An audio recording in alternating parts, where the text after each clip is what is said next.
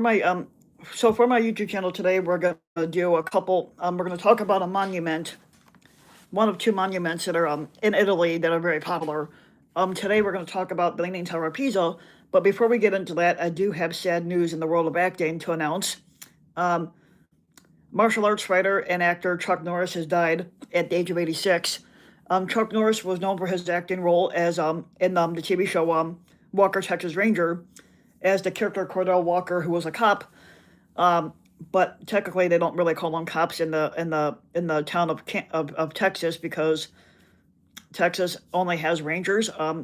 Rangers are still kind of like cops anyway, but he played like a cop slash ranger in the TV show Walker Texas Ranger. He was also best known for his role in President's Man, like A Line in the Sand. He was also known for Logan's War, um, and like several other films that he was doing. Um, I would have to look up every movie he did, but Chuck Norris, like I said, was big back in the '80s as an actor, like '70s and '80s. Um,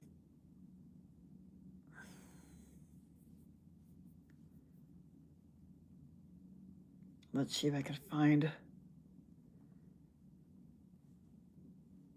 because he did do that one he did do the movie Dodgeball where he had a cameo appearance in it, and then he also did the movie the second Expendables movie. He wasn't in the first or the third. But let's go here. Okay, we'll close that. I'll look at that later. I want to get into Leaning Tower of Pisa more, basically. The Leaning Tower of Pisa is or simply the Tower of Pisa. Is the campanile or freestanding bell tower of the Pisa Cathedral. It is known for its nearly 4-degree lean, which is the result of an unstable foundation that it was built on. The tower is one of three structures in Pisa's Cathedral Square, which include the cathedral and the Pisa Baptistry. Over time, the flawed tower has become one of the most visited tourist attractions in the world, as well as an architectural icon of Italy. And over the years, so every year it receives about 5 million visitors each year. So far, I have not been one of the people to have ever seen it, but I'm like, except for in photos. But I would love to see it in person. Another historic monument is the Roman Colosseum in Italy, and that's another thing I would love to see too. Now, the height of the tower is 183 feet and 3 inches from the ground on the low side, and about 185 feet and 11 inches on the high side. Now, the width of the walls at the base is 8 feet in length, and its weight is estimated at 145 tons.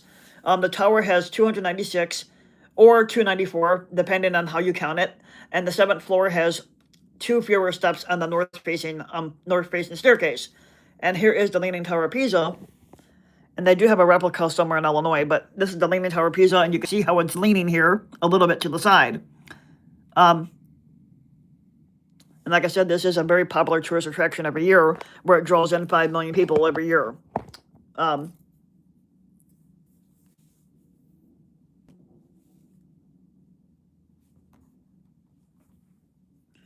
the tower began to lean during construction in the 12th century due to soft ground which could not properly support the structure's weight. It would worsen throughout the completion of the construction in the 14th century, and this took about 200 years, if not longer, to build. The tower began to, like I said, began to lean during construction in the 12th century, and then it would worsen during the 14th century. By 1990, the tilt had reached a 5-degree lean, and the structure was stabilized by remedial work that took place between 1993 and 2001, which reduced the tilt from a 5-degree lean to a 3.97-degree lean.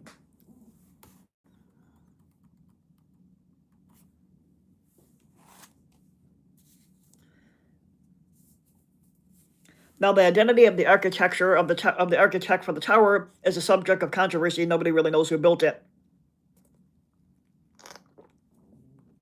The design had long been attributed to a man named Guglielmo and to Bonanno Pisano. The latter was a well-known 12th century resident artist of Pisa, known for his bronze casting, particularly in the Pisa Duomo. Pisano left Pisa in 1185 for Monreale, Sicily, only to return and die in his hometown. A piece of cast bearing his name was discovered at the foot of the tower in 1820, but this may be related to the bronze door in the facade of the cathedral that was destroyed in 1595. A chosen one study seems to indicate Di Altosalvi was the original architecture due to the time of the construction and affinity with other of his works, notably the bell tower of San Nicola and the baptistry, both in Pisa.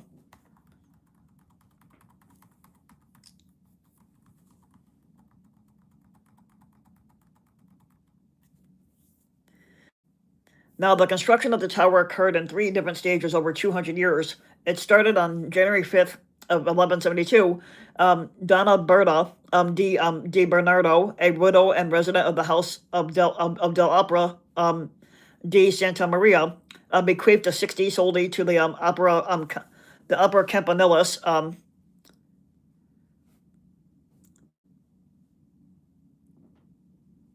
Now, the sum was then used toward the purchase of a few stones which still form the base of the bell tower. On August 9th of 1173, the foundations of the tower were laid. Work on the ground of the white marble campanile began on August 14th of the same year during a period of military success and prosperity. Now, this ground floor is a blind arcade articulated by engaged columns with classical Corinthian capitals. Now, nearly 4 centuries later, Giorgio Vasari wrote, Guglielmo, according to what is being said, in the year 1174, together with sculptor Bonanno, laid the foundations of the bell tower at the cathedral in Pisa. The tower would begin to sink after construction had progressed to the second floor in 1178. This was due to a mere 3-meter foundation set in a weak, unstable subsoil, a design that was flawed from the beginning. Construction was subsequently halted for the better part of a century as the Republic of Pisa was almost continually engaged in battles with Genoa, Lucca, and Florence. This allowed time for the underlying soil to settle, otherwise the tower would almost certainly have toppled over.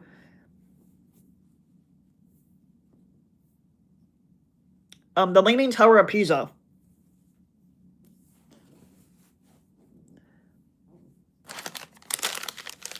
Which is one of 2 monuments in the country Italy that are very popular today.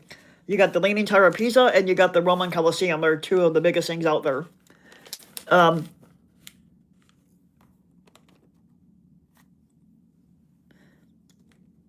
On December 27th of 1233, the worker Beninato, son of Gerardo Badasi, oversaw the continuation of the tower's construction. Now, on February 23rd of 1260, Guido Sfizio, son of Giovanni Pisano, was elected to oversee the building of the tower on April 12th of 1264. The master builder, Giovanni di Simone, who is the architect of the Campo Santo, and 23 workers went to the mountains close to Pisa to cut the required marble. The cut stones were given to Rinaldo Sfizio, worker of the St. Francesco. In 1272, construction resumed under Di Simone in an effort to compensate for the tilt. The engineers built upper floors with the one side taller than the other. Because of this, the tower is kind of curved. The construction was halted again in 1278 when the Pisans were defeated by the Genoese in the Battle of Meloria.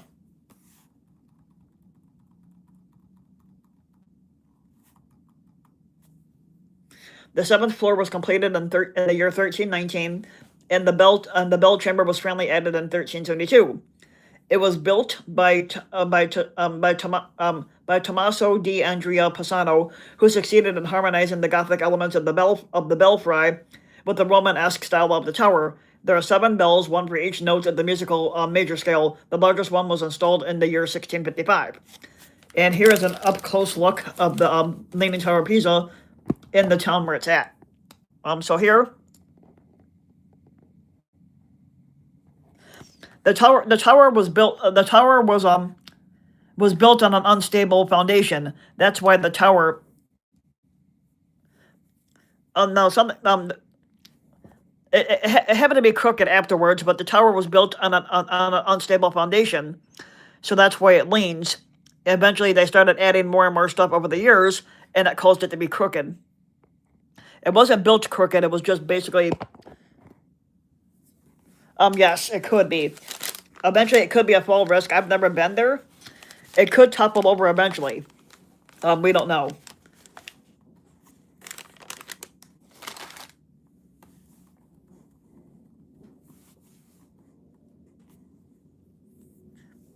Between the years of 1589 and 1592, Galileo Galilei, who lived in Pisa at the time, is said to have dropped two cannonballs of different masses from the tower to demonstrate that their speed or of descent was independent of their mass, and keeping up with the scientific law of free fall.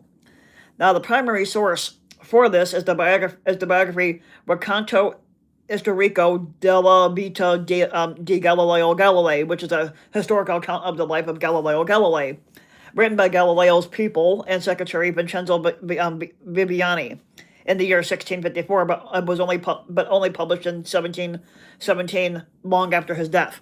During World War II, the Allies suspected that the Germans were using the tower as an observation post. Leon Weckstein, a U.S. Army sergeant sent to confirm the presence of German troops in the tower, was impressed by the beauty of the cathedral and its campanile, and thus refrained from ordering an artillery strike, sparing it from destruction because it became a historic monument.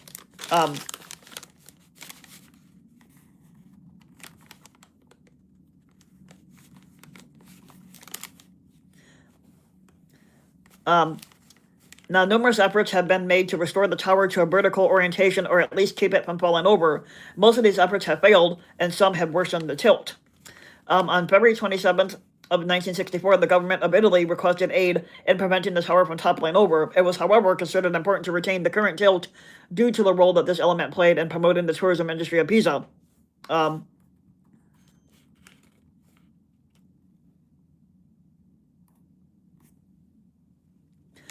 Starting in the year 1993, 870 tons of lead counterweights were added, which would straighten the tower slightly, even though it still has a leaning part. Now, the tower and the neighboring cathedral, baptistry, and cemetery were included in the Piazza del Duomo, a UNESCO World Heritage Site, which was declared in 1987.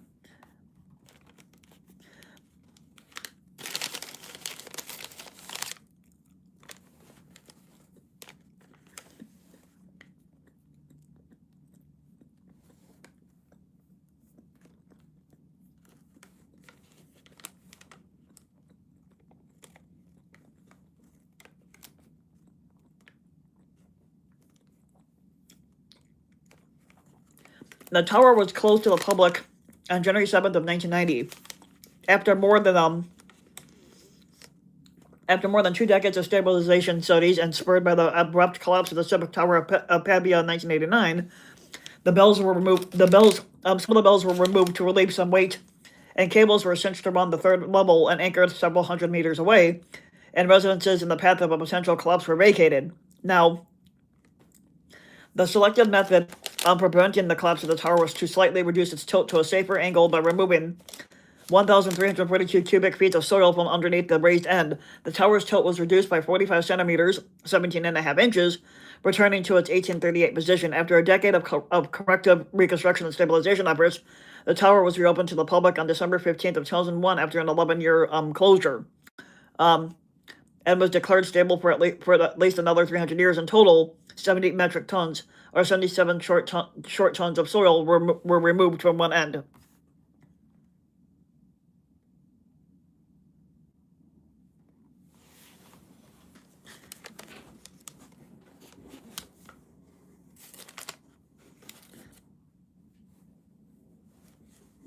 After a phase of structural strengthening, the tower has been undergoing gradual surface restoration to repair visible damage, mostly corrosion and blackening. These are particularly pronounced due to the tower's age and its exposure to the wind and rain.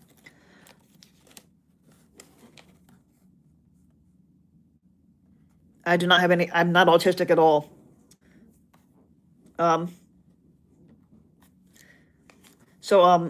So after a phase which started in 1990 when the tower closed, and then they reopened it in 2001 after structural strengthening, the tower has been undergoing gradual surface. Nothing's wrong with me, dumbass. I have nothing wrong with me at all. Now, these are particularly Now, these are particularly pronounced due to the tower's age and exposure to wind and rain. In May of 2008, engineers announced that the tower had been stabilized such that it had stopped, don't have Down syndrome at all. In May of 2008, engineers announced that the tower had been stabilized such that it had stopped moving for the first time in history, and they stated that it would be stable for at least another 200 years. No, I was not.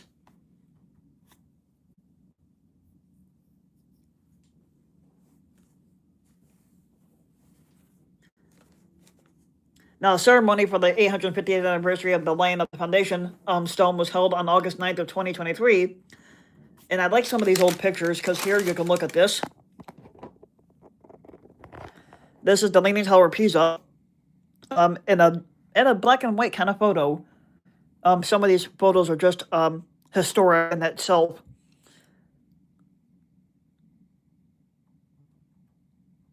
And then here's an up close person a little bit. This is these are the temporary lead counterweights right here, and you can see that, and it kind of straightened it out a little bit. So up here, you see the Leaning Tower of Pisa from the 1890s. How you see it's leaning to the side, and then next over here is a plaque honoring Galileo Galilei.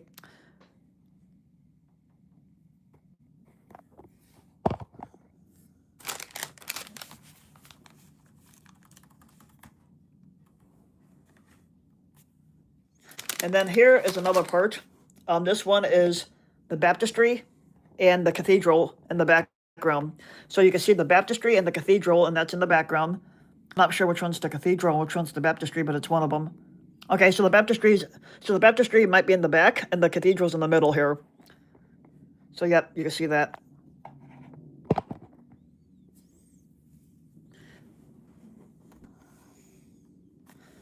Since the year 2080, the Leaning Tower of Pisa has survived at least 4 strong earthquakes.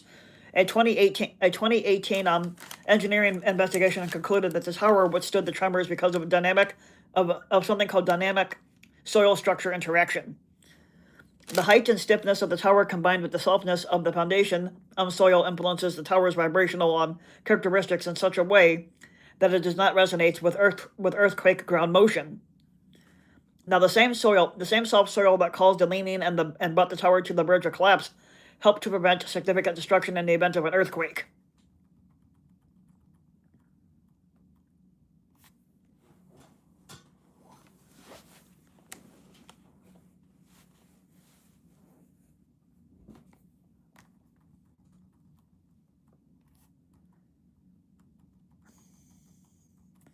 So you got elevation. Elevation of the tower is 6 feet. Height from the ground 183 feet. And it's 8 stories. Height from the foundation floor is about 191 feet. Outer diameter of the base is 50 feet. Inner diameter is 24 feet. Angle of slant is 3.97 degrees, or 3.9, which is 12 feet and 10 inches from the vertical. Weight is 14,700 metric tons. The thickness of walls at the base is about 8 feet and 8 feet total. Total numbers of bells, 7, turn to musical scale clockwise if needed. The first bell is about 7,981 pounds. The second bell is 5,428 pounds. And then so on and so on. Depending on how many steps you count, it's either 294 or 296, depending on which way you come in.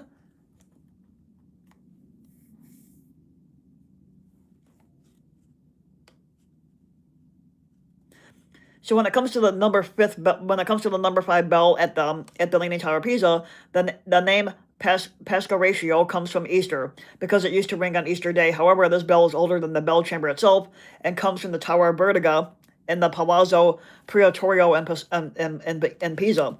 It was called La Giustizia, which means the justice. The bell was told to announce executions of criminals and traitors, including Count Ugolino in 1289. I've never heard of him. And that new bell was installed in the bell tower at the end of the 18th century to replace the broken Pascaricia.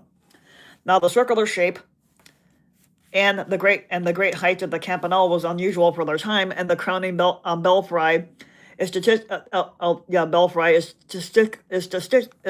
statistically distinct from the rest of the construction.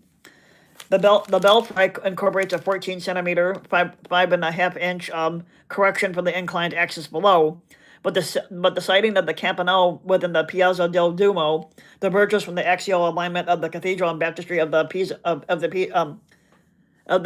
Piazza del Duomo in itself.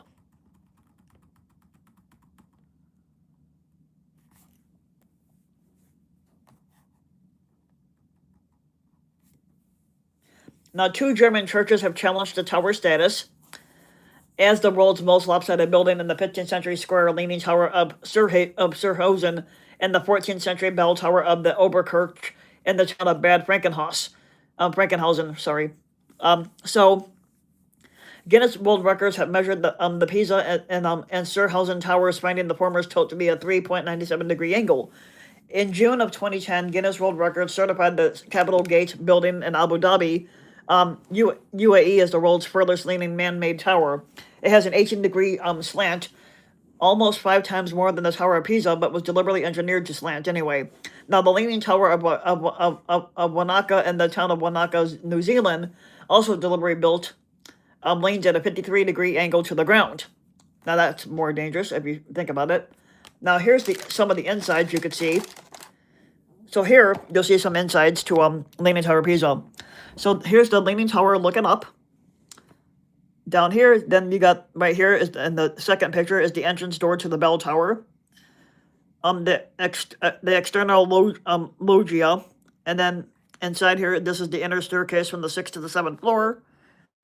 Then you got the inner staircase from the 7th to the 8th floor. View from the top of the Leaning Tower. And then also down here, and then this is a small one right here, but this is the view looking down. And then you got the Leaning Tower of Pisa in 2013. And then down here, there's a tourist in the front of the tower, and a large group of tourists posing in front of the tower.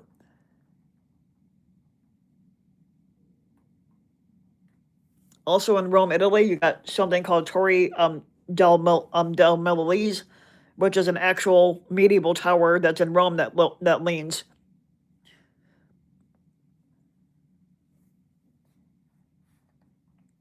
So that is actually it for the Leaning Tower of Pisa.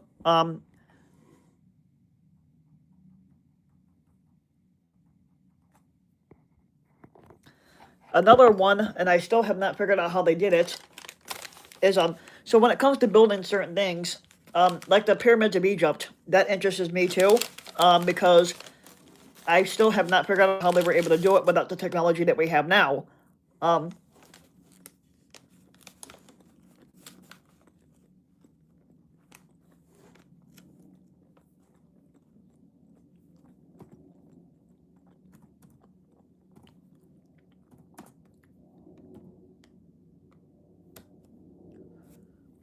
Let's see if we can find this here.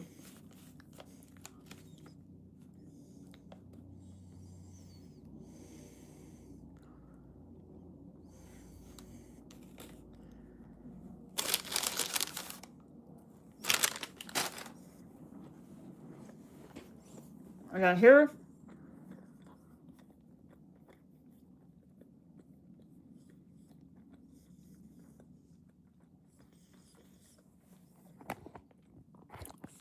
I guess I'll do two things of history out of Italy. So I just got done talking about the Leaning Tower of Pisa, and now we're going to move on to the Roman Colosseum. And here's a picture of the Roman Colosseum. This is a very big popular thing in Italy also, where these are where the gladiators fight, where they do the gladiator fights, and stuff like that. The Roman Colosseum was designed in the country Italy as a way to take people's minds off of politics.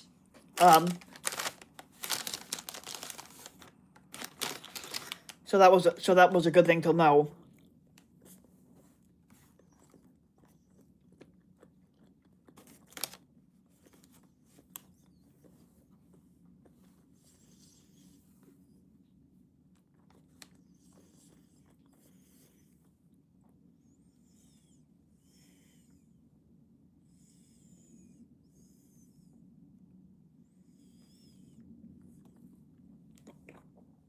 So the Roman Colosseum, also which is ultimately from the ancient Greek word kolossos, meaning a large statue or giant, is an elliptical amphitheater in the center of the city of Rome, Italy, just east of the Roman Forum.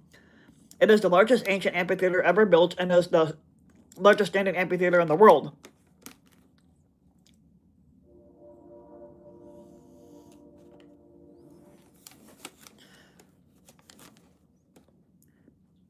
Now, construction began under the Emperor Vespasian in the year 69. In the year 69, who basically he was emperor from the year 69 AD to the year 79 AD. It started in the year 72 and was completed in AD 80 under his successor Heratitus, who ruled from 71 to 81, from 79 to 81 AD.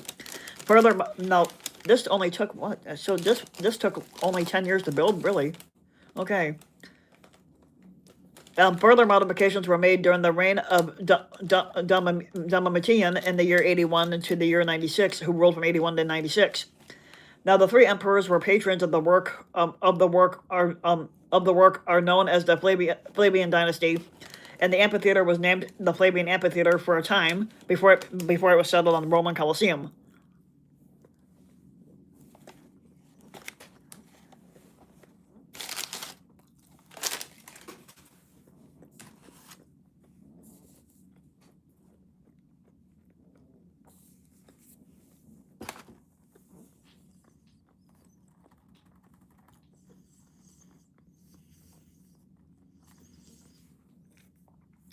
Now, the amphitheater was named the Flavian Amphitheater by later classics and archaeologists for its association with the family name Flavius. Now, the Colosseum is built of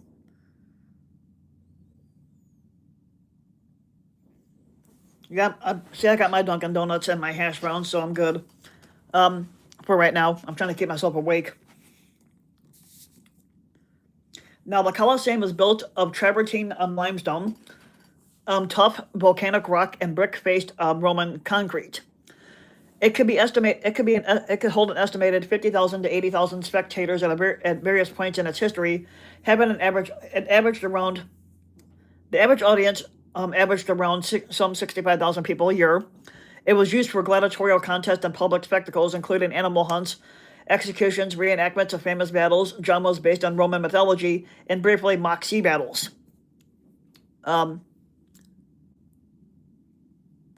The building ceased to be used for entertainment in the early medieval era, but it was later reused for such purposes as housing, workshops, quarters for religious order, a fortress, a quarry, and a Christian shrine. Although substantially, it has been ruined by earthquakes and stone robbers taking spolia. The Colosseum is still a renowned symbol of imperial Rome and was listed as one of the 7 wonders of the world. It is one of Rome's most popular tourist attractions, and each Good Friday, the Pope leads a torchlit Catholic Way of the Cross procession that starts in the area around the Colosseum. The Roman Colosseum is depicted on the Italian version of the 5th euro cent coin, which I've never seen a 5th euro cent coin.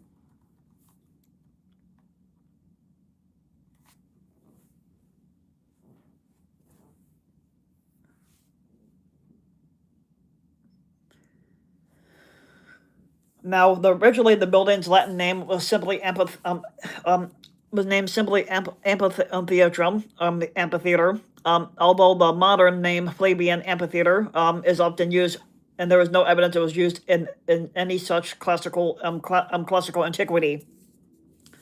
Now, this name refers to the let me see if you guys can hear me or not. Let me turn this up all the way. Make sure you guys can hear me all the way. Shit, hold on. Fucker. Okay, hold on. Let's see, is my phone turned up and if you guys can hear me? If you guys can hear me, say yes. If not, then we'll just work it out. But there is no evidence that the Roman Colosseum was ever used in any classical antiquity. Now, this name refers to the patronage of the Flavian dynasty, during whose reigns in the building was constructed, but the structure is better known as the Colosseum. In antiquity, Romans may have referred to the Colosseum by the unofficial name. Yeah, sometimes people can hear me, other times they can't. I'm just wanting to make sure.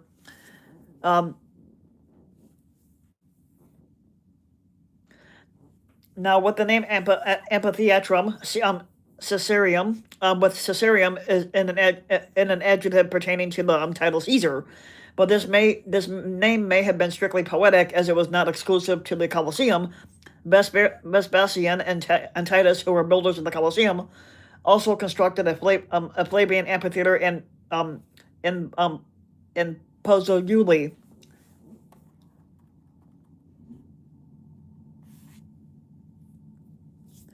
Now, the name Colosseum is believed to be derived from a colossal statue of Nero on the model of the Colossus of Rhodes. Now, the giant bronze sculpture of Nero as a solar deity was moved to its position beside the amphitheater by the Emperor Hadrian, between who ruled from 117 to 138. The word Colosseum is a Latin noun formed from the adjective colossus, meaning gigantic or Colossian.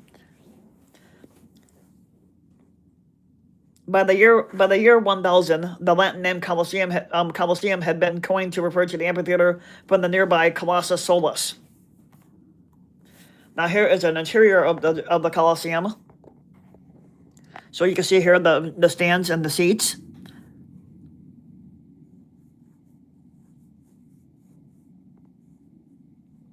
The Colosseum was also featured in the movie. Was also featured in the movie Gladiator with Russell Crowe, where they actually used filmed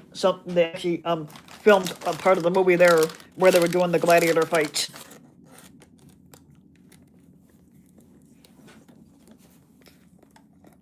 If I get a passport, this will be on my list to go to.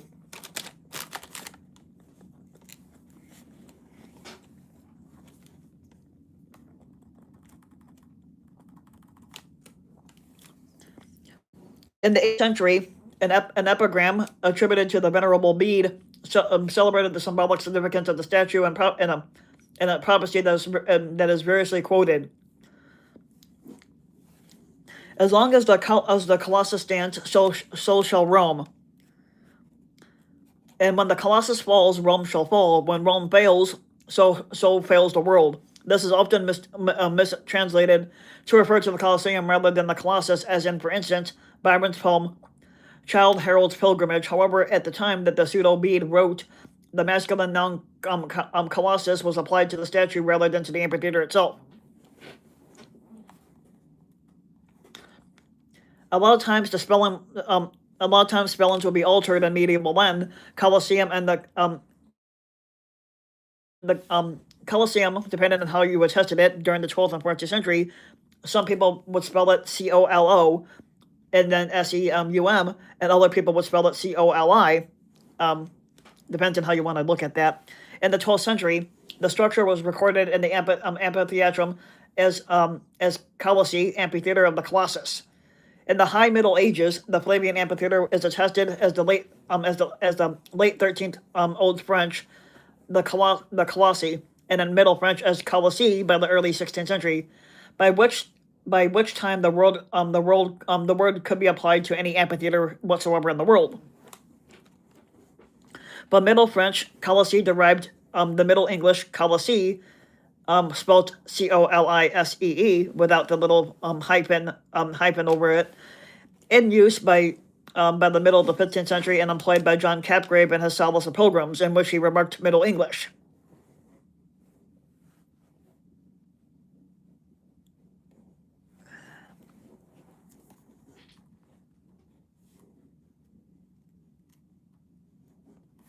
The earliest citation for the name Colosseum in early modern English is the 1600 translation by Philemon Howland of the Urbis Romae, topographia of the Bartolomeo Marlini, which he used in the preparation for his translation of Libby's Augustan era. Now the text states, this amphitheater was commonly called Colosseum of Nero's Colossus, which was set up in the porch of Nero's house.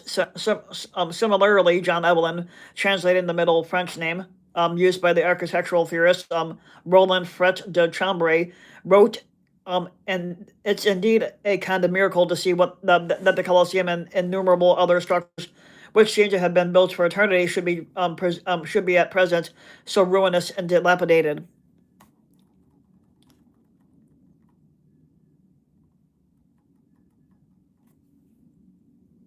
Now, the site chosen was a flat area on the floor of a low-level valley between the Salian, Esquiline, and Palatine Hills, though which were through which a canalized stream ran, as well as an artificial lake and marsh. By the 2nd century BC, the area was densely inhabited. It was devastated by the Great Fire of Rome in 64 AD, following which Nero seized much of the area to add to his personal domain. He built the grandiose Domus Aurea on the site, in front of which he created an artificial lake surrounded by pavilions, gardens, and porticos. The existing Aqua Claudia aqueduct was extended to supply water to the area, and the gigantic bronze Colossus of Nero was set up nearby at the entrance to the Domus Aurea. Now, although the Colossus was preserved, much of the Domus Aurea was torn down. The lake was filled in and the land reused as the location for the new Flavian amphitheater. Gladiatorial schools and other support buildings were constructed nearby within the former grounds of the Domus Aurea. Vespasian's decision to build the Colosseum on the site of Nero's lake can be seen as a populist gesture of returning to the people an area of the city which Nero had appropriated for his own use. In contrast to many other amphitheaters which were on the outskirts of a city, the Colosseum was constructed in the city center, in effect placing it both symbolically and geographically at the heart of Rome.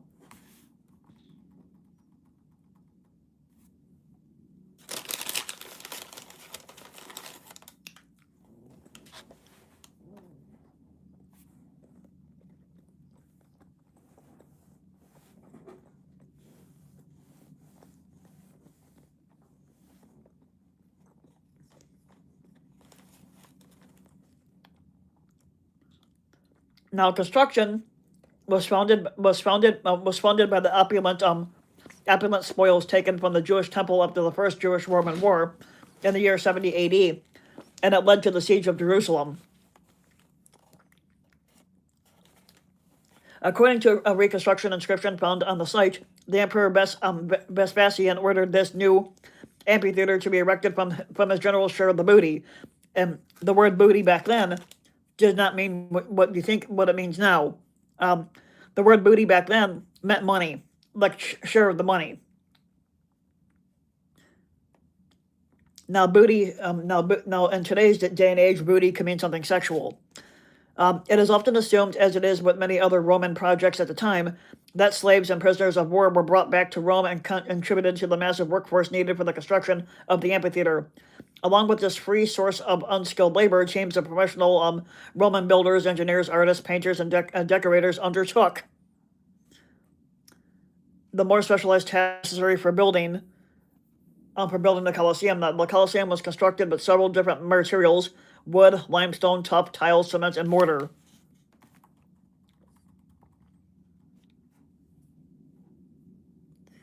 Depending on sources, construction of the Colosseum began under the rule of Vespasian. Depending on which source you believe, it could have started around 70 AD or between the years 73 and 75 AD, according to some sources. The Colosseum had been completed up to the 3rd story by the time of Vespasian's death in 79, and then the top level was finished by his son Titus in the year 80. And the first inaugural games of gladiator fights were held between the year 80 and 81 AD. Dio Cassius recounts that over 9,000 wild animals were killed during the inaugural games at the amphitheater. Commemorative coinage was also issued celebrating the inauguration. Now, the building was remodeled further under Vespasian's younger son, the newly designated Emperor Domitian, who constructed the Hypogeum, a series of tunnels used to house animals and slaves. He also added a gallery to the top of the Colosseum to increase its seating capacity.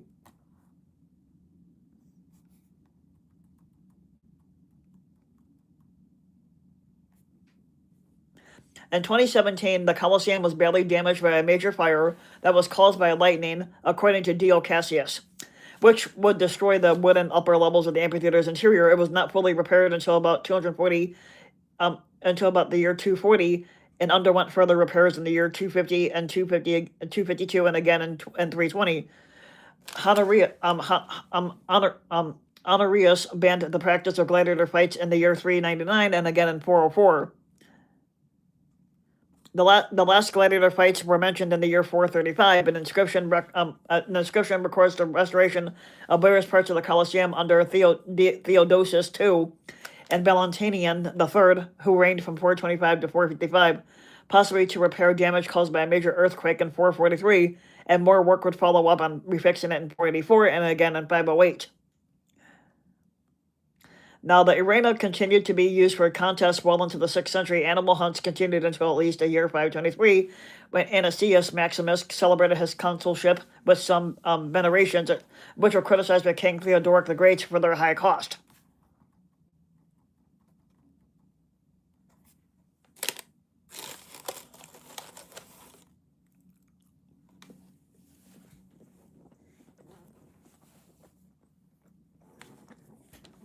Now,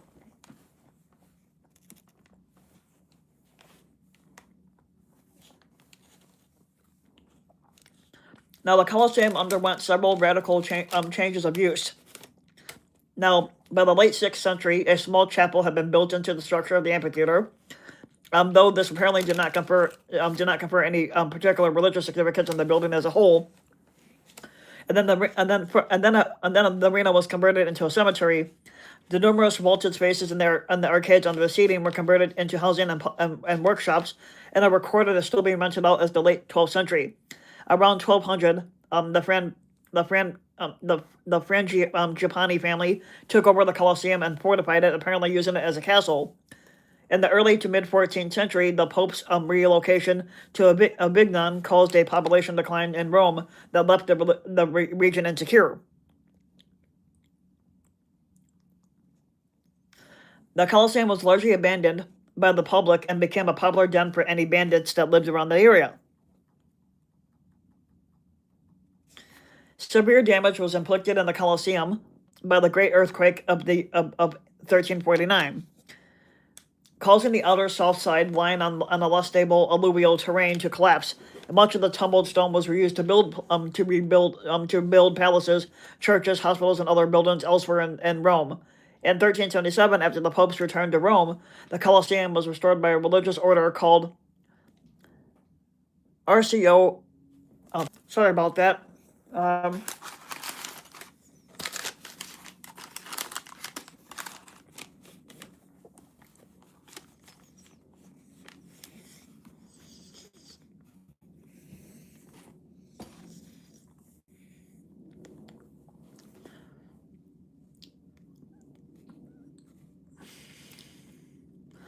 So in the year 1377, after the popes returned to Rome, the Colosseum was restored by a religious order called RCO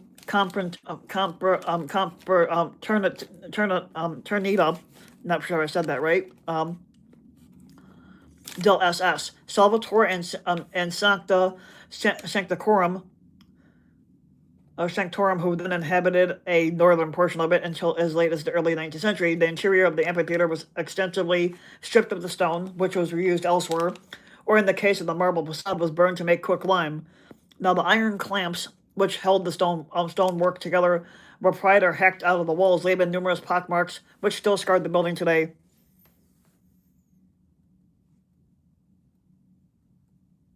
Yes. I live in the suburbs of Chicago, so yes, I did do a stream on Chicago, talking about the tourist area. Chicago is known for its beautiful beaches, and it's also known for a lot of tourist stuff because we have a lot of museums and a couple zoos out here that I would recommend for people to go visit. If you ever come to the town of Illinois, that is, for Chicago.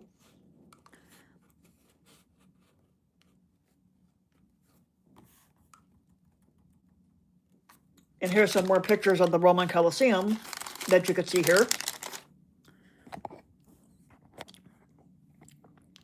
You have the Roman Colosseum to the left here, which is an overview of the interior. And then this is the Colosseum in the 1530s. It's kind of hard to make out that one.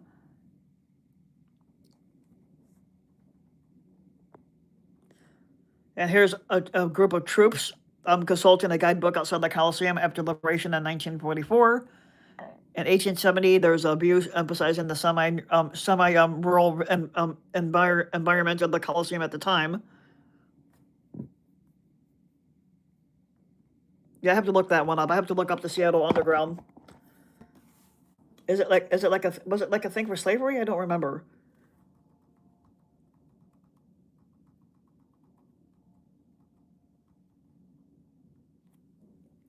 During the 16th and 17th century, church officials sought a productive role for the Colosseum.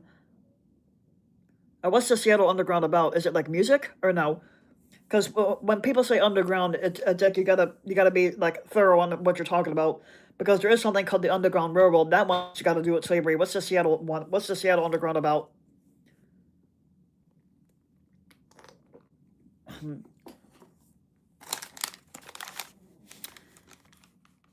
Okay, maybe I have to look. I need some more. I would need to look up some more info on that.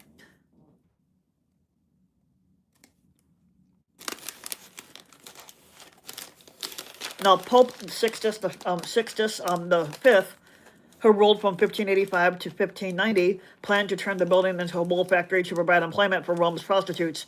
Though this proposal fell through with his premature death in 1671, Cardinal Altieri authorized its use for bullfights, and public outcry caused the idea to be hastily abandoned.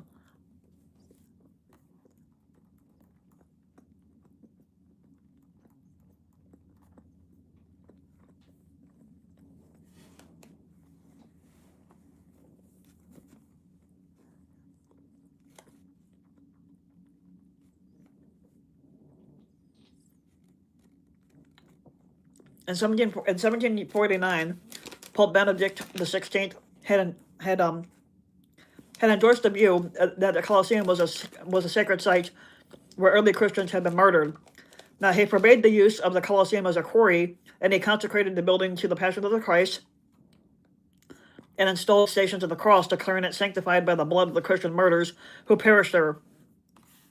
Now, however, there is no historical evidence whatsoever to support Benedict's claim, nor is there any evidence that anyone before the 16th century suggested that this might be the case. Now, the Catholic Encyclopedia concludes that there are no historical grounds for the supposition, other than the reasonably plausible conjecture that some of the many martyrs may have been Christian whatsoever.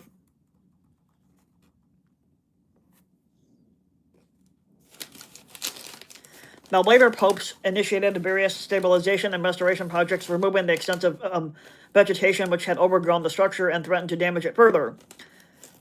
Now, the facade was reinforced with triangular brick wedges in 1807 and in 1827, and the interior was repaired in 1831, 1846, and in the late 1930s. And the arena was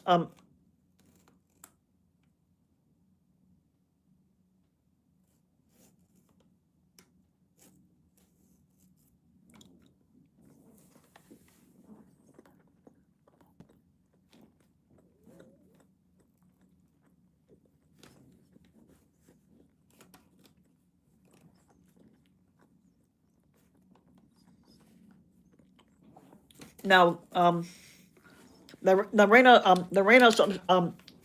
substructure was partially excavated in 1810 and 1814, and in the year 1874, and it was fully exposed under Benito Mussolini in the 1930s. The Colosseum is today one of the Rome's most popular tourist attractions, receiving millions of visitors annually, other than the Leaning Tower, as I had talked about earlier. The effects of pollution and general deterioration over time prompted a major restoration program that was carried out between the years of 1993 and 2000 at a cost of $40 billion, or 40 billion lira, which is $19 million in today's money.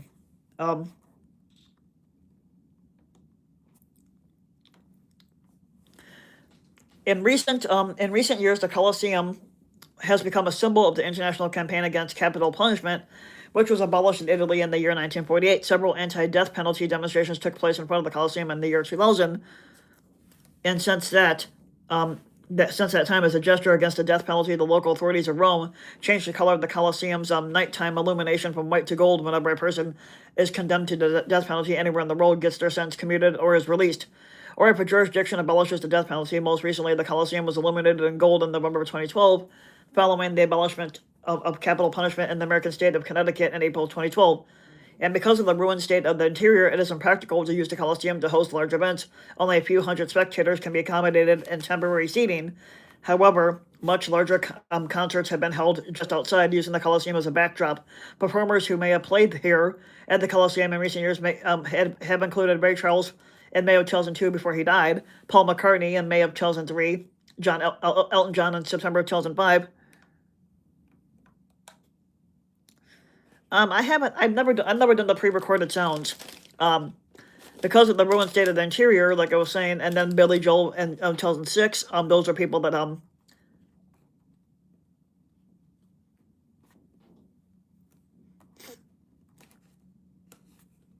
Now, unlike many Roman theaters that were built into hillsides, the Colosseum is an entirely freestanding structure in itself.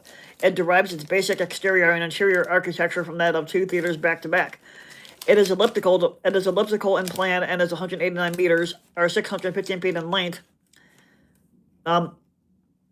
with a base area of about 24,000 square meters, or 6 acres. The height of the outer wall is 48 meters, which is 157 feet in length, and the perimeter originally measured around 788 feet. Now, the central arena is an ellipse, which is 287 feet long and around 180 feet wide. It was surrounded by a wall 15 feet high, above which rose tiers of seating.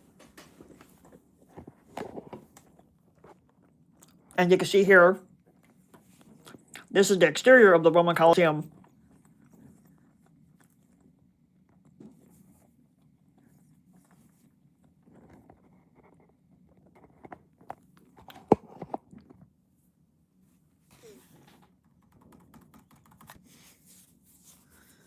Now, the outer wall is estimated to have required over 100,000 cubic meters, or cubic feet, 3.5 million cubic feet of travertine stone, which were set without mortar. They were held together by 300 tons of iron clamps. However, it has suffered extensive damage over the centuries, where large segments have been collapsed following the earthquakes that have happened. Now, the north side of the perimeter wall is still standing. The distinctive triangular brick wedges at each end are modern additions, having been constructed in the early 19th century to shore up the wall. And the remainder of the present-day exterior of the Colosseum is, in fact, the original interior wall.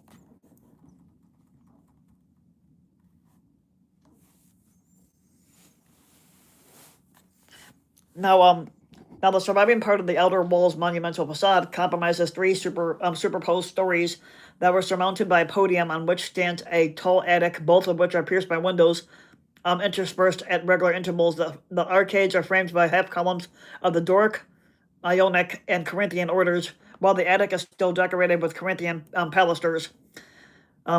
Each of the arches in the second and third third floor arcades frame statues, probably honoring divinities and other figures from classical mythology, which is a big thing for me too. I love my mythology.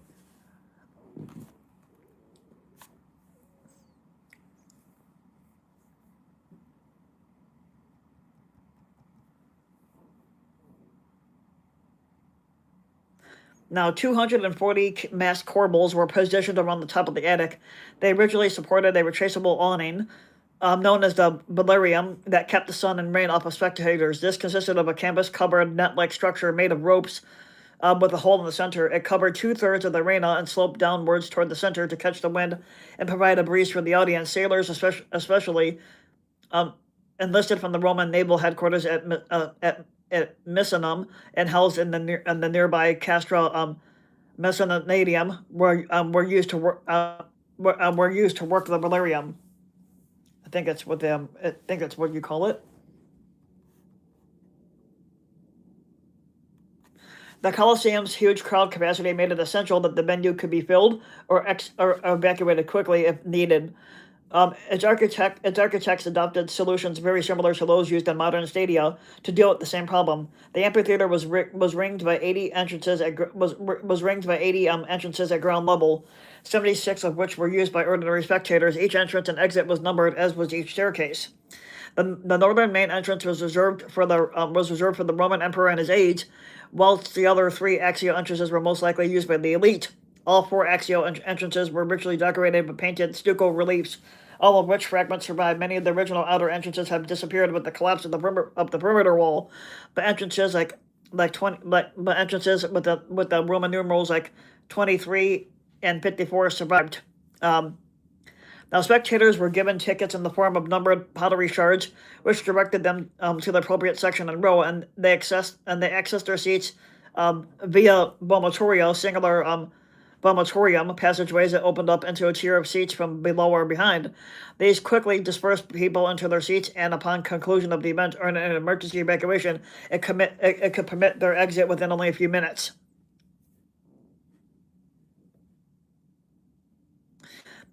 Now, the name vomitorio derived from the Latin word for a rapid discharge, from which English derives the word vomit, like when people were throwing up and everything.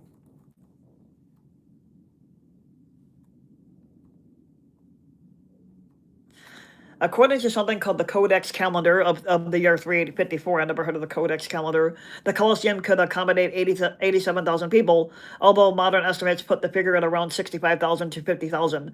Between those numbers, they were seated in a tiered arrangement that reflected the rigidly stratified nature of the Roman society.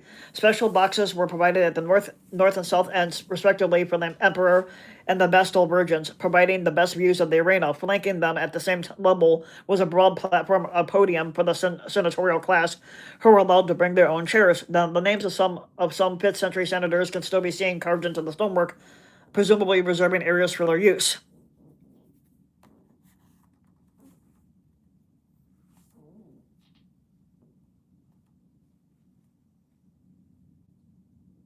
Now, the tier above the senators, known as the primum, was occupied by the non-senatorial noble class or knights, or the equites. Yeah, I hate when that happens when power goes out. The next level up, the secundum was originally reserved for ordinary citizens. Known as plebeians, and it was divided into two sections. The lower parts, the imum, was for wealthy people, while the upper part, the summum, was for poor citizens. Specific sectors were provided for other social groups. For instance, boys with their tutors, soldiers on leave from the military, foreign dignitaries, scribes, heralds, priests, and so on. Stone and later marble seating was provided for the citizens and nobles, who presumably would have brought their own cushions with them.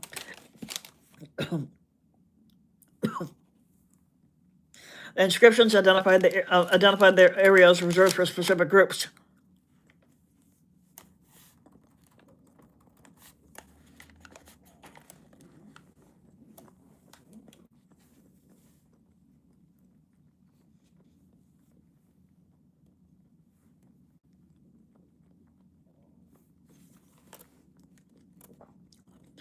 Each tier, here. Each tier was divided into sections by curved passages and low walls, and they were subdivided into cunei, or wedges, by the steps and aisles from the vomitorio. Each row gradus of seats was numbered, permitting each individual seat to be exactly designed by its gradus, cuneus, and number.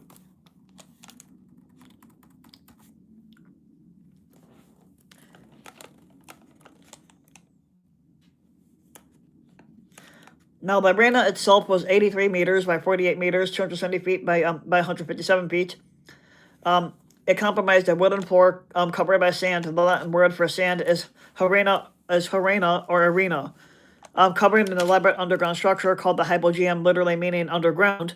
The hypogeum was not part of the original construction, but was ordered to be built by Emperor Domitian. Little now remains of the original arena floor, but the hypogeum is still clearly visible. It consisted of a two-level subterranean network of tunnels and cages. Beneath the arena where gladiators and animals were held before a contest began. 80 vertical shafts provided instant access to the arena for caged animals and scenery pieces concealed underneath. Larger hinged platforms called hegmata provided access for elephants and the like. It was restructured on numerous occasions. At least 12 different phases of construction can be seen.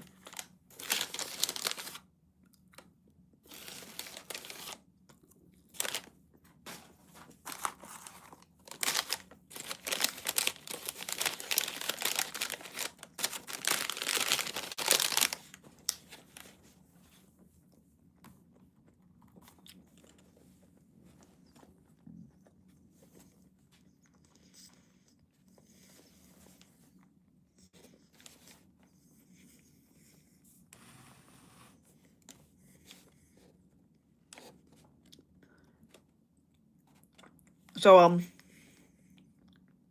the Hypogeum was connected by tunnels to a number of points outside the Colosseum. Animals and performers were brought through the tunnel from nearby stables, with the gladiators' barracks at the Ludius Magnus to the east also being connected by tunnels. Separate tunnels were provided for the emperor and the Vestal virgins to permit them to enter and exit the Colosseum without needing to pass through the crowds.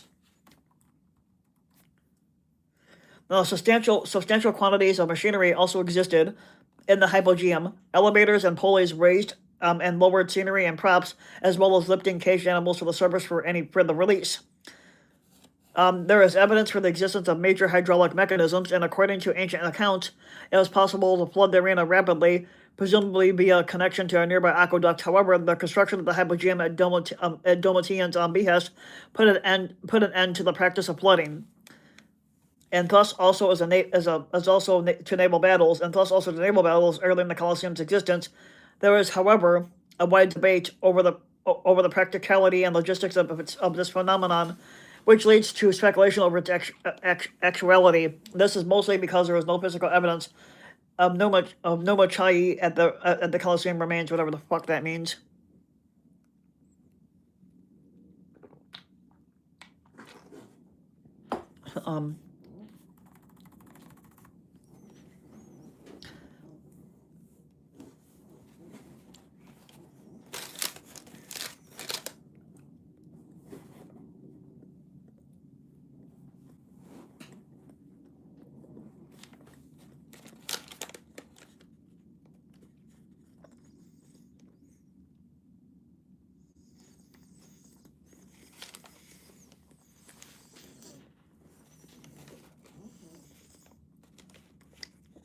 Now, the Colosseum and its activities supported a substantial industry in the area.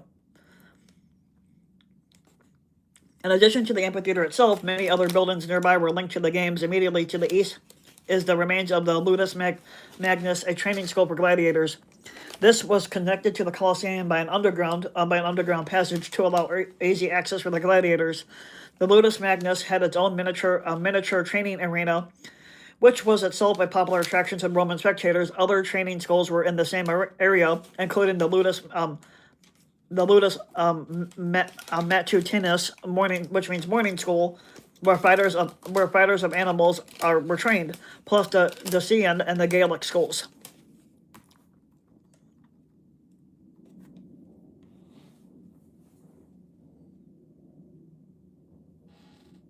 Also nearby were the armamentarium, which means armory, where you could store your weapons.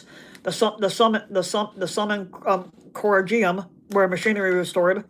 The sanitarium, which had facilities to treat wounded gladiators, and the spoliarium, where bodies of dead gladiators were stripped of their armor and disposed of. The perimeter of the Colosseum is a distance of 59 feet from the perimeter, and there was a series of tall stone posts, with 5 remaining on the eastern side. Various explanations could have been advanced for their presence, but they may have been a religious boundary or an outer boundary for ticket checks, or an anchor for the velarium of awning.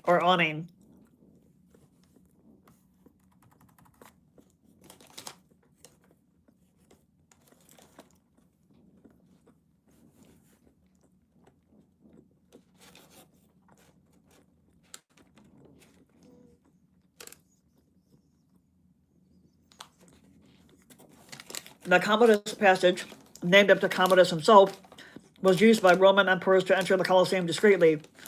A failed assassination attempt against Commodus occurred in the passage. It was rediscovered in around 1810.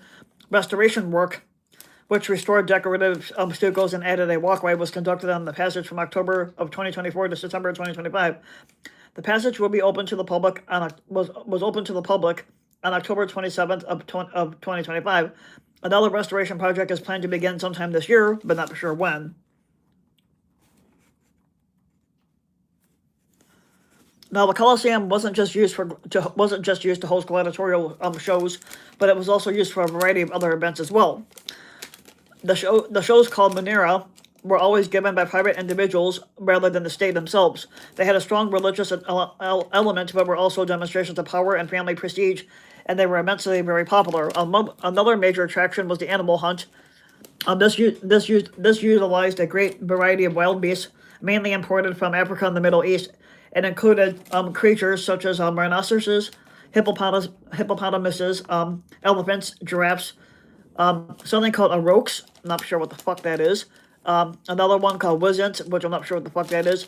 Barbary lions, panthers, leopards, bears, Caspian tigers, crocodiles, and ostriches, which are big birds. Ostriches are the only birds that cannot fly because they're too big. Chickens kind of considered a bird too, and they can't fly either. Battles and hunts were often staged amid elaborate sets with movable trees and buildings. These events could be huge in scale. Trajan is said to have celebrated his victories in Dacia in 107. In 107 would contest having involving 11,000 animals and 10,000 gladiators over the course of 123 days.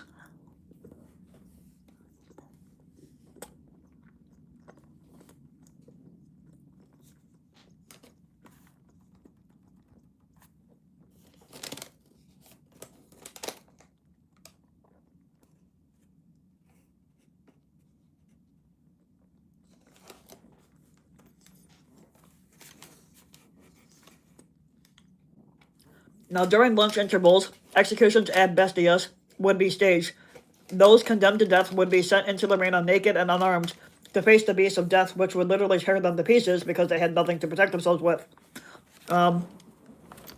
Acrobats and magicians would also perform, usually during these intervals.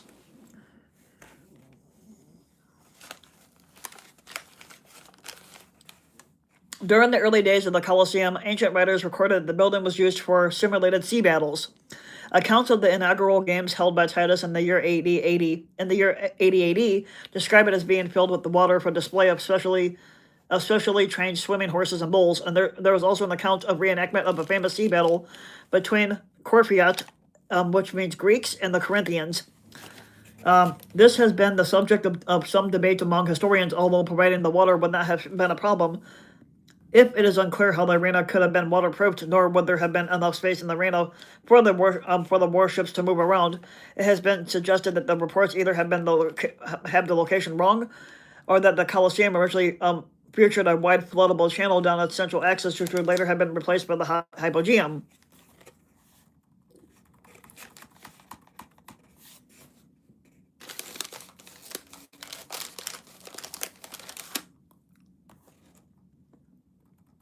Oh, shit. Fucker. Okay.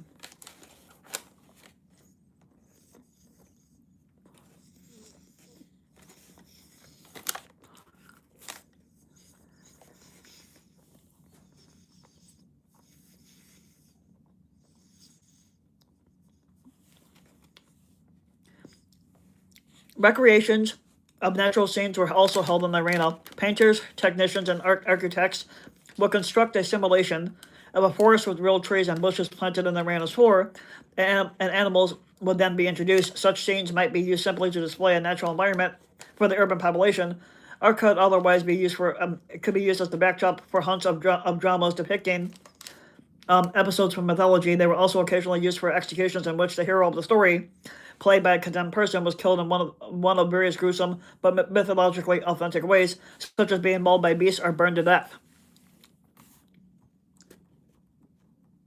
Yeah, being burned to death has to be a brutal way for somebody to fucking die. I'm like, that would burn your skin like hell. I'm like, I cannot see myself dying that way. Beneath the Colosseum is a network of subterranean passages that were also once used for transporting wild animals and gladiators to the arena, open to the public in summer of 2010. The Colosseum was also the site of Roman Catholic ceremonies in the 20th and 21st centuries. For instance, Pope Benedict the 16th led the Stations of the Cross, called the Scriptural Way of the Cross, which calls for more meditation at the Colosseum on Good Friday.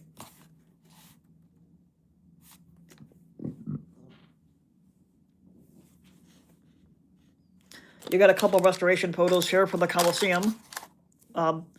renovation, sorry. Renovation or restoration. So up top here, you got the aerial view of the Colosseum, and then down here, you have the Colosseum under renovation in 2015.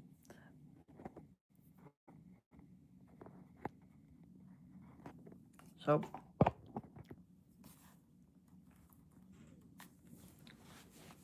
in 2011, Diego Della Valle, head of the shoe store, the shoe firm Todd's, entered an agreement with local officials to sponsor a $25 million restoration for the Colosseum. Work was planned to begin at the end of 2011, taking up 2.5 years due to the controversial nature of using a public-private partnership to fund the restoration. Work was delayed and began in 2013, but the restoration is the first full cleaning and repair in the Colosseum's history. The first stage is to clean and restore the Colosseum's arcaded facade and replace the metal enclosures that block the ground level arches. After 3 years, the work was completed on July 1st of 2016 when the Italian Minister of Culture, Dario Franceschini, also announced that the funds had been committed to replace the floors by the end of 2018. And these will also provide a stage that Franceschini says will be used for cultural events at the highest level.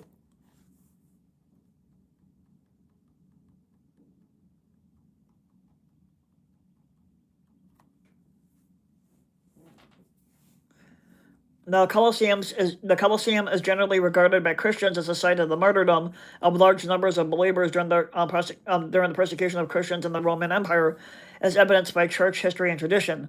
On the other hand, other scholars believe that the majority of martyrdoms may have occurred at other venues within the city of Rome rather than at the Colosseum itself, citing a lack of still intact physical evidence of historical records.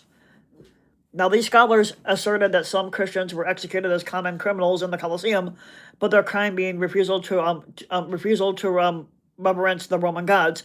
But most Christian martyrs of the early church were executed for their faith at the Circus Maximus. According to Irenaeus, who died about 202, Ignatius of Antioch was fed to the lions in Rome around the year 107 AD, and although Irenaeus says nothing about this happening at the Colosseum, tradition ascribes it at that place.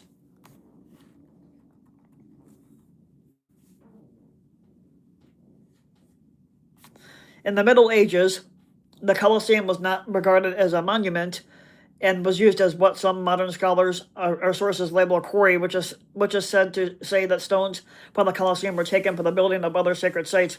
This fact is used to support the idea that at a time when sites associated with martyrs were highly venerated, the Colosseum was not being treated as a sacred site. It was not included in the itineraries compiled for the use of pilgrims, nor in works such as the 12th century Marbles of the City of Rome, which claims that the Circus Flaminus, but not the Colosseum, as the site of martyrdoms. Part of the structure was inhabited by a Christian religious order, but it is not known whether this was for any particular religious reason.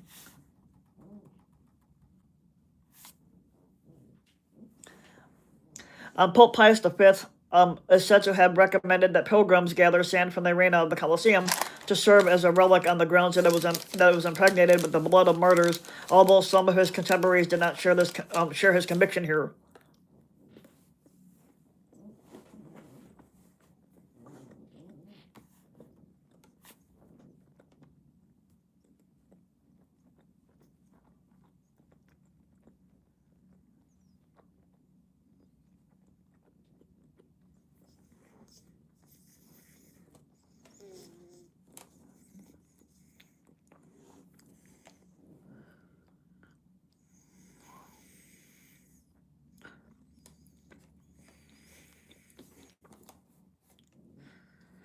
A century later, Martinelli listed the Colosseum at the head of a list of places sacred to the martyrs in his 1653 book, Roma ex Ethnica Sacra. Martinelli's book, I already am. Today we're talking about, I did the Leaning Tower of Pisa first, and right now we're talking about the Roman Colosseum.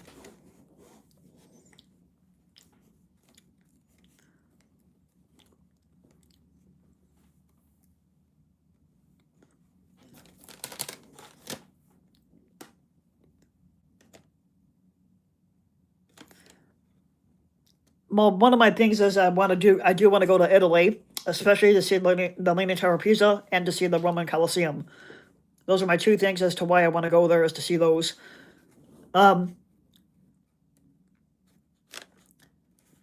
So Martinelli's book evidently had an effect on public opinion in response to Cardinal Altieri's proposal some years later to turn the Colosseum into a bull ring. Carlo Tomasi published a pamphlet in protest against what he regarded as an act of desecration. Now, the ensuing controversy persuaded Pope Clement the Tenth to close the Colosseum's external arcades and declare it a sanctuary.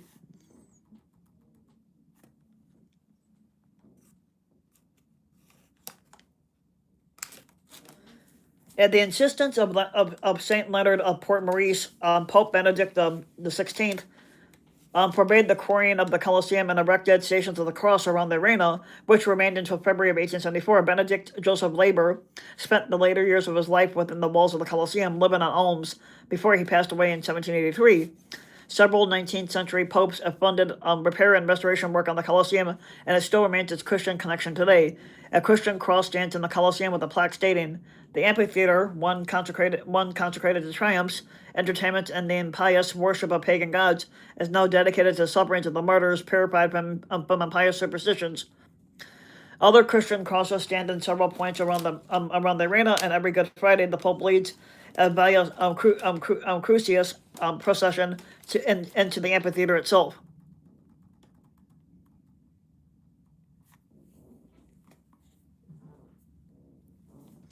Now, the Colosseum has a wide and well-documented history of flora ever since Domenico Panarelli made the first catalog of its plants in 1643. Since then, 684 species have been identified there. The peak was in 1855 with 420 species. Attempts were made in 1871 to eradicate the vegetation because of concerns over the damage that was being caused to the masonry, but much of it has returned anyway. 242 species have been counted today, and of the species first identified by Panarelli, 200 remain of that.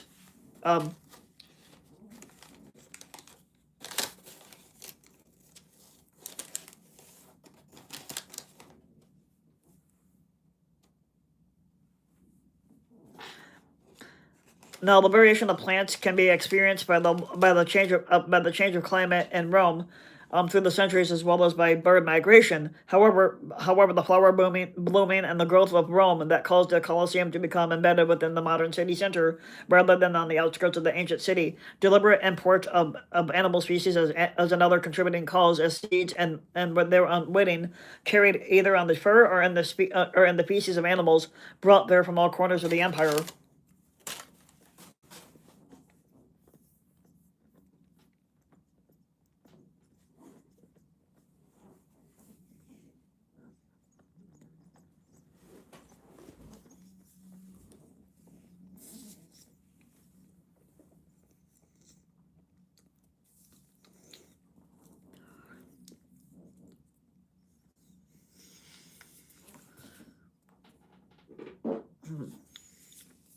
Now, the Roman Colosseum has appeared in numerous films and artworks and games. It's featured in the movie Roman Holiday, the movie Gladiator with Russell Crowe, The Way of the Dragon, Jumper, and Godzilla vs. Kong: The New Empire.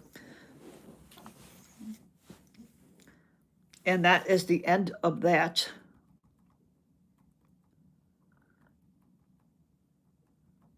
So that's the end of the Colosseum video. I will be back next week, but next week we're going to talk about the Pope and what the Pope does for the country Italy. So we'll go so next week we talk about that. But today's video was on Leaning Tower of Pisa and the Roman Colosseum. If you enjoyed, make sure to smash that like and subscribe button. Thanks for the people that tuned in and watched and commented. We did have a troll earlier in the video chat. I did name a couple people as moderators, so all they got to do is look and see who's trolling, so we can weed those people out. Or I just let the trolls be, because every time the trolls comment on my videos, it pushes it out for more views and more subscribers. So like I said, make sure if you like my history videos, make sure to like and subscribe to my channel, Rusty the King. more videos like this. I love doing my history videos. And I know a lot of people out there like history too, because history stuff is fascinating. So next week we're going to go in about the Pope and what he does. And then from there, I have to write some more stuff down to get ideas for videos. I've also stated in my videos too, I will take recommendations. I just got to find a pen and write some stuff down along with my notepad so I can keep everything intact here for like what I'm going to be doing videos on later on down the line. But hope you guys enjoyed, and I'll see you next week.